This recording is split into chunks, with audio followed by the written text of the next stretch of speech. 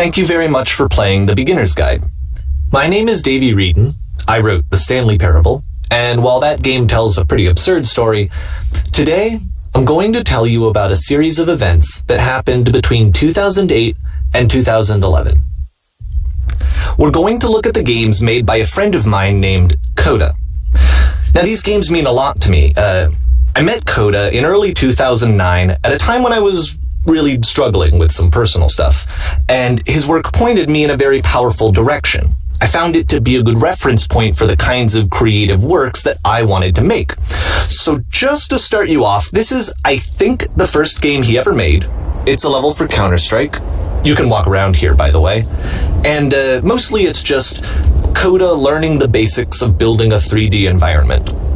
But what I like is that even though he starts from the simple aesthetic of a desert town, he then scatters these colorful abstract blobs and impossible floating crates around the level. And of course, it destroys the illusion that this actually is a desert town, and instead this level becomes a kind of calling card from its creator. It's like a reminder that this video game was constructed by a real person. And it kind of makes you wonder, what was going through his head as he was building this? This is what I like about all of Coda's games. I mean, not that they're all fascinating as games, but that they are all going to give us access to their creator. I want us to see past the games themselves. I want to get to know who this human being really is. And that's exactly what we're going to do here.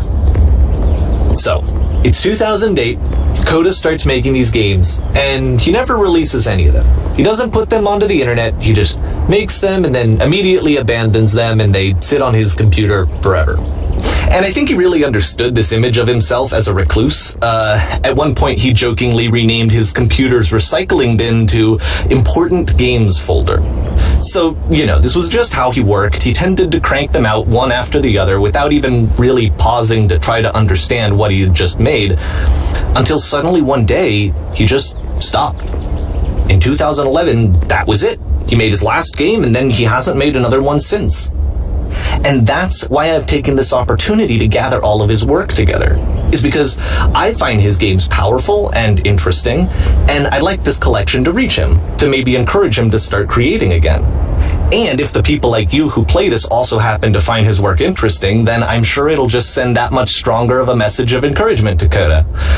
So thanks for joining me on this. If you have a particular interpretation that I haven't mentioned here, or if you just need to get in touch, you can email me at daveyWreden@gmail.com. Okay, that's about it for introduction. Let's take a look at Coda's first proper game. As each game is loading, I'll show you the date that it was completed. This first one was made in November 2008.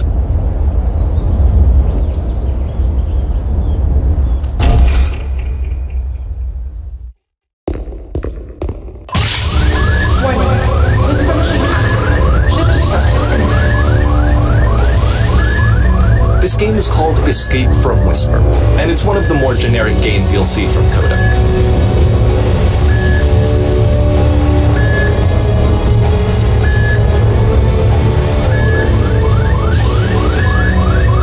To fire the gun.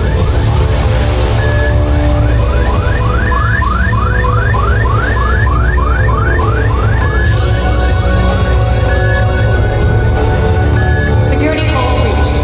Hostile alien life form. It kinda looks like this game was abandoned mid-development. For instance, you have this gun, which you'd think would indicate that there are supposed to be monsters or enemies somewhere, but then clearly there are no enemies anywhere. You can't even reload the gun when you run out of bullets. But ultimately we don't really know. Maybe Coda thought that actually it was complete the way that it is. And I think that we should talk about his games for what they are, rather than for what they're not. Enemy force neutralized. Begin ship evacuation. I love how you can see the bottom of the universe from this room.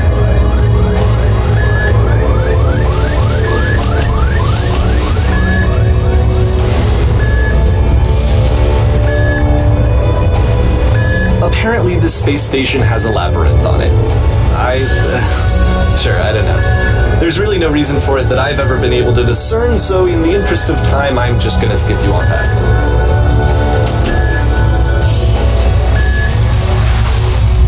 This is the part that's interesting. The game has this narrative about the Whisper Machine.